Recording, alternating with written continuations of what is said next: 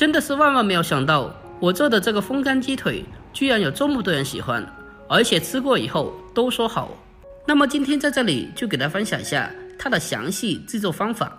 这个鸡腿你吃过以后，就会突然的发现传统的腊肉腊肠都不香了。这样做出来的鸡腿吃起来真的是特别的鲜美，不管是蒸着吃或者是煮着吃都是非常好吃的。好了，接下来跟着我的视频一起来看一下我是怎样做的吧。首先我们准备适量的新鲜鸡腿，我今天用的是这个手枪腿，但是也可以用琵琶腿。接下来我们开始将鸡腿给它处理一下，把鸡腿放进盆里面，添加清水给它清洗一下，用手将鸡腿上面的一些脏东西还有黄膜给它搓洗下来。在清洗的过程中，把鸡腿每个窿窿罅都搓洗一遍，经过2次换水反复清洗干净以后，鸡皮上就特别的干净了。接着我们再把鸡腿控水捞出来，然后再把鸡腿放在阳台上面阴凉通风的地方晾干表面的水分，时间不需要太久的，只需要将鸡皮上面的一些水分晾干即可。趁着这个时候，我们来准备少许的小葱，把它改刀切成葱段。再准备一小块生姜，清洗干净以后，把它改刀切成薄片。把姜片和葱段切好后，先给它装起来备用。经过一小会的风干以后，鸡皮上面的水分都已经晾干了。接着把鸡腿放进大一点的盆里面，然后再往里面添加稍微多一点点的高度米酒。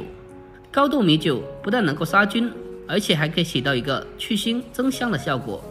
紧接着再下手将高度米酒均匀的涂抹在鸡腿上面，让每个鸡腿都可以均匀的裹上一层高度米酒。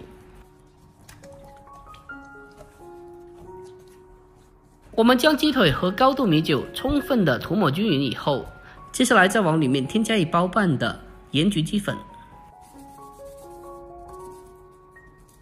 这个时候把姜片和葱段也放进来，然后再继续的用手给它搅拌一下，将它搅拌均匀，让盐焗鸡粉充分的化开。给它持续的搓拌一小会，让盐焗鸡粉均匀的裹在鸡腿上面，使其更好的入味。我们将鸡腿和盐焗鸡粉充分的搅拌均匀以后，接下来用保鲜膜将其封起来，再放到冰箱里面给它冷藏腌制1个晚上。第2天过后再把鸡腿取出来，用绳子给它绑好。把鸡腿处理好后，接着再将它放到阳台上面进行晾晒。具体晾晒时间我们大概是1周左右，要根据实际的天气情况进行把握和调整。这是目前晾晒了1周的情况，大家来看一下，非常的晶莹剔透，而且看起来也非常漂亮。这样的风干程度是已经可以的了，这个不管是蒸着吃或者是煮着吃都是非常好吃的。但是今天我们用这个鸡腿给大家分享一下我们广东非常好吃的辣味煲仔饭它的详细做法。首先我们准备2个风干鸡腿放在盆里面，用清水给它清洗一下。因为鸡腿在风干晾晒的过程中，它的表面会沾连一些灰尘和脏东西，所以在烹饪的前期我们需要用清水给它清洗一下，把鸡腿上面的一些脏东西清理干净。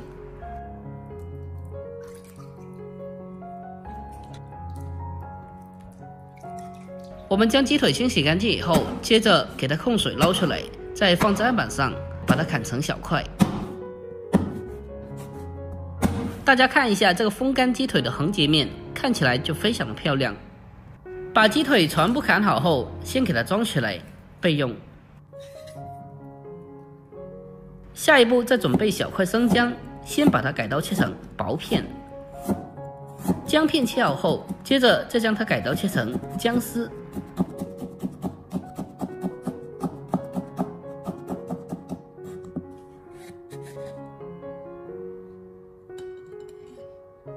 最后再准备少许的小葱，清洗干净以后，将它直接的改刀切成葱花。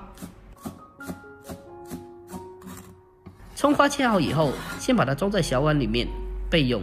下面我们开始正式的制作煲仔饭。首先准备一个干净的砂锅，然后再根据食量添加适量泡好的大米，然后再添加适量的清水，米和水的比例大概是1:1.4左右。因为每一种米的吃水量不同，所以需要根据实际情况去把握和调整一下。